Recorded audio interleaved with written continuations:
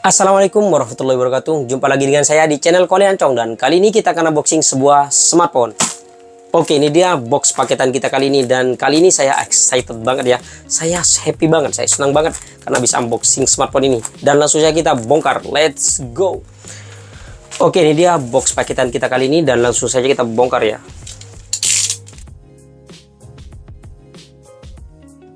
Oke, ini dia yang kita beli, yaitu iPhone 13 Pro, iPhone 13 Pro. Ini original tapi dia garansinya internasional, bukan yang iBox. Dan kebalik ya, ini saya belinya bekas ya, atau second, yang varian 256 GB, warnanya Sierra Blue. Internasional tapi bahasa Indonesia ya. Oke, dan sekarang kita buka ya. Oke, kayak gini. Ini kerasa mewahnya. Kita buka lagi ya.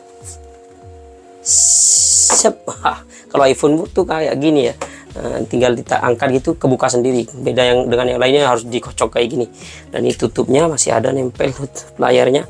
Dan ini smartphone-nya kecil banget ya. Sama dengan iPhone 11 Pro. Dan di sini kitab-kitabnya dan juga stikernya masih ada, sisa satu. Oke, SIM ejectornya ada.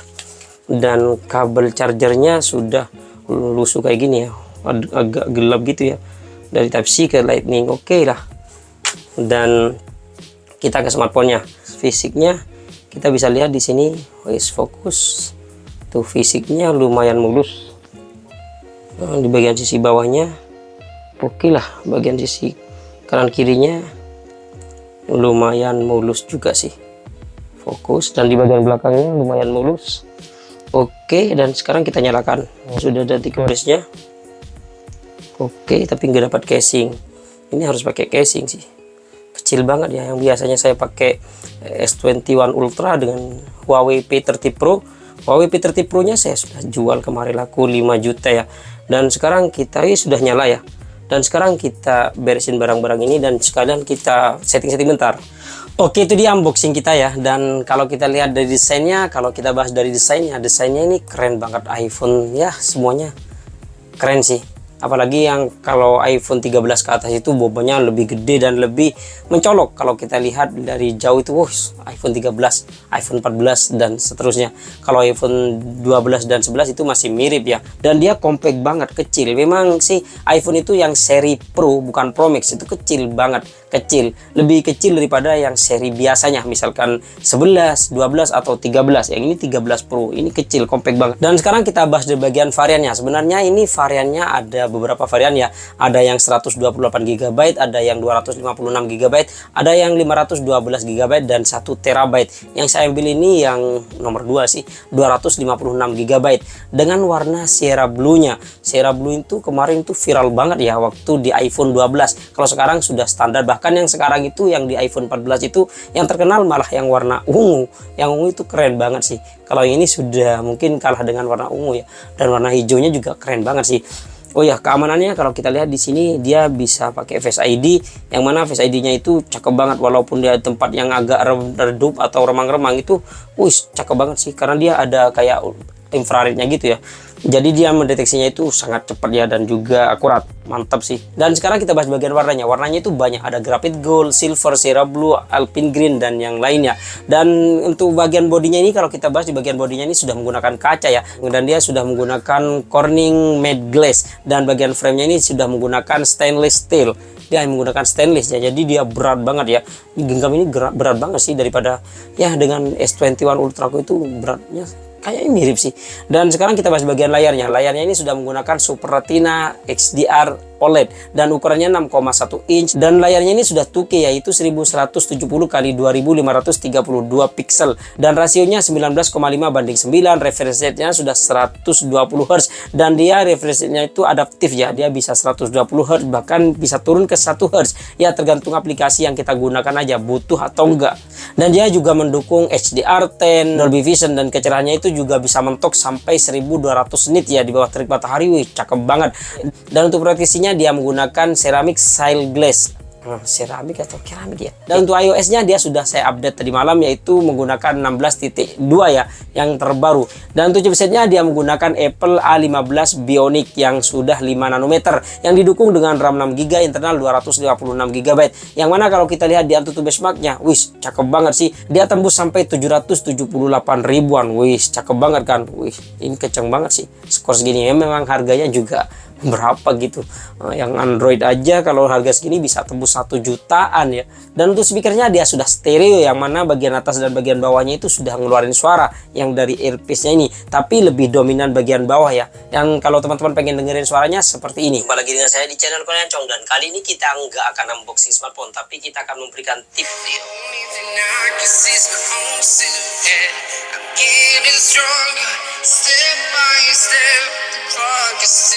But there's no time for me. I've been flying from town to town.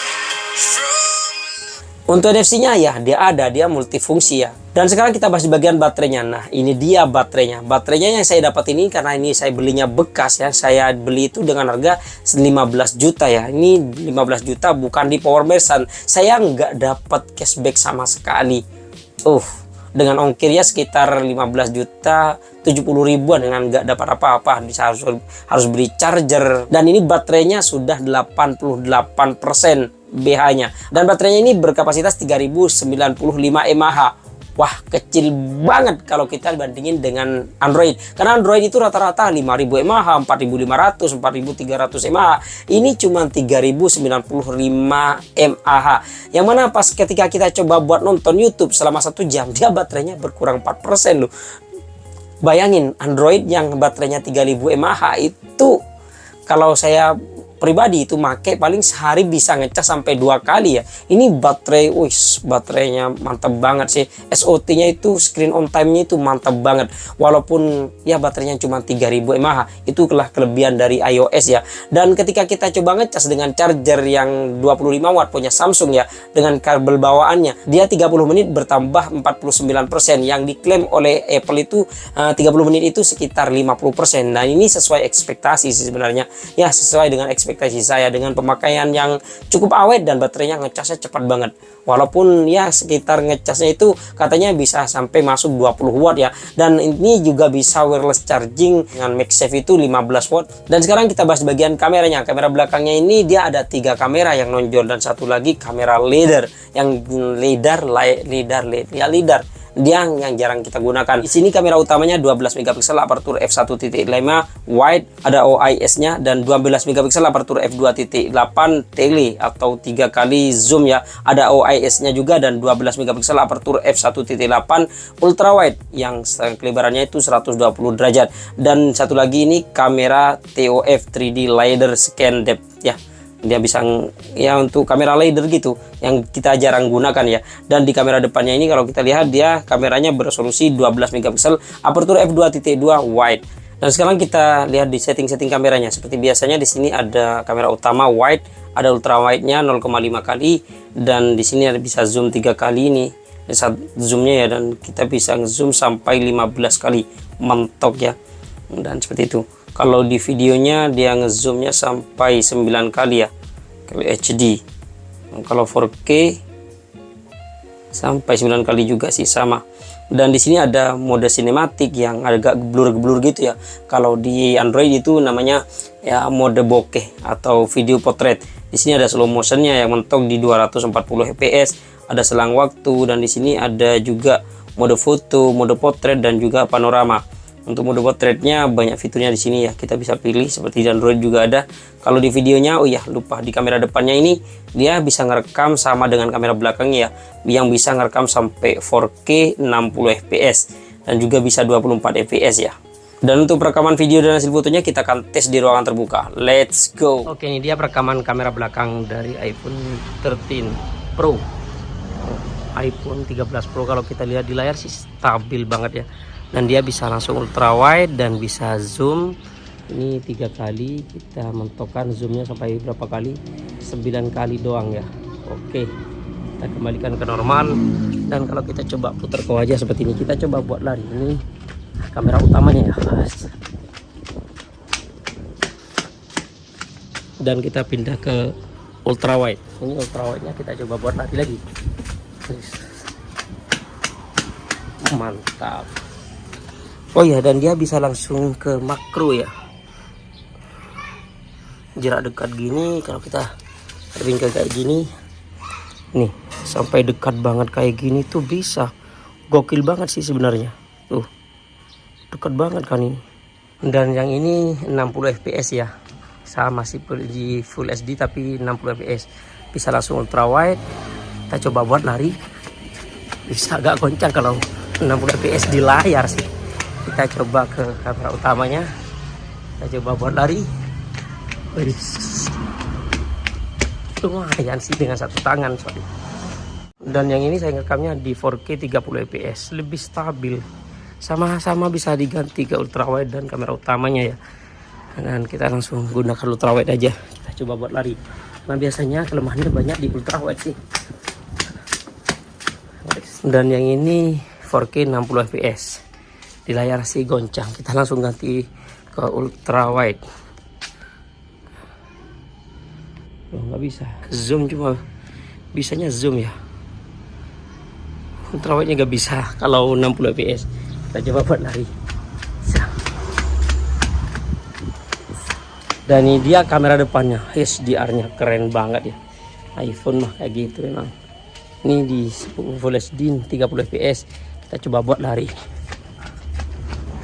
Oke lah kestabilannya, tapi goncang kalau di layar sih, beneran goncang. Dan ini yang Full HD 60 fps. Kita coba buat lagi. Langsung ke 4K yang 60 fps. Kita coba buat lagi. Kalau untuk warnanya sih oke banget ya. Tuh HDR-nya wis cantik. Ini fitur andalan dari iPhone 13 Pro, iPhone 13 seri sih. Ini fokusnya ke saya kan, tapi kalau saya noleh ke dia bisa pindah kayak gini. Nah, pindah ke saya, pindah ke dia lagi. Keren. Oke, ini dia perekaman kamera belakang dari iPhone 13 ya, iPhone 13. Terang banget ya. Ini kalau pakai kamera utamanya ya, yang wide. Kita coba pindah ke ultra wide. Ya, lumayan terang tapi menurun ya kualitasnya. Tapi ya kalau kita diam kayak gini lumayan tajam. Kalau satu terang banget, kalau satelitnya terang juga sih. 3 kalinya kita balikin. Dan ini terang banget loh. Kalau kita coba putar ke wajah seperti ini, teman-teman bisa nilai sendiri sih untuk kualitas kamera belakangnya. Kalau malam-malam kayak gini terang banget ya. Pindah ke ultrawide. Dan kalau ultrawide-nya kayak gini, teman-teman bisa nilai sendiri sih. Saya biasa ngerekam di sini ya. Dan ini dia perekaman kamera depannya dari iPhone 13 Pro. Ya, kurang Pro-nya tadi ya. Nah, ini kalau kamera depannya di sini memang kurang terang, tapi sama dengan di sana sebenarnya cahayanya. Dan di sini banyak noise-nya, noise banget malahan. Tuh. Dan flare-nya depan, kamera belakang standar lah.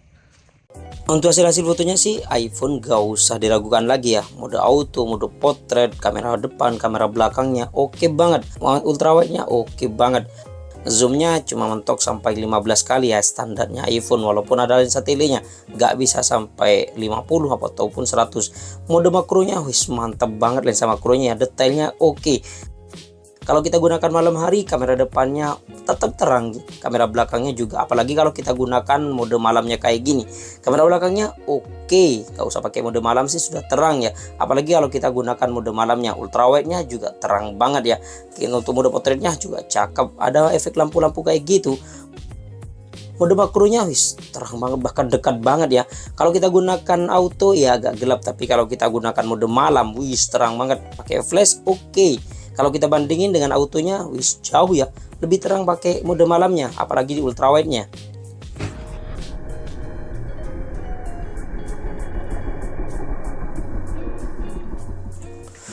Oke, itu dia perekaman video dan juga jepretan foto dari iPhone 13 Pro.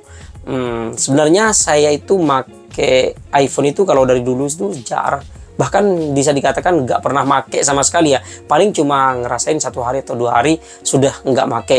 Karena kenapa? Karena iPhone dari dulu, mulai dari iPhone 5, 6, 7, sampai 8, sampai 10 itu saya nggak pernah pakai karena memang yang pertama itu nggak ada ultrawide-nya, dan satu lagi itu kamera malamnya nggak terang banget ya, terutama kalau kita bandingin dengan Huawei. Saya pakai Huawei sekitar dari 2019 dan kemarin saya jual itu langsung laku ya, dalam waktu 2 menit langsung laku.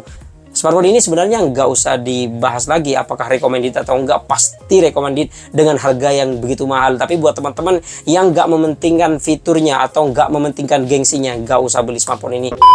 Mungkin segitu aja sih unboxing kita kali ini. Terima kasih buat teman-teman yang sudah mampir di channel kami. Jangan lupa yang belum berlangganan silahkan tekan tombol subscribe. Kalau suka di like, kalau nggak suka diabaikan saja. Sampai jumpa di video unboxing berikutnya. Assalamualaikum warahmatullahi wabarakatuh.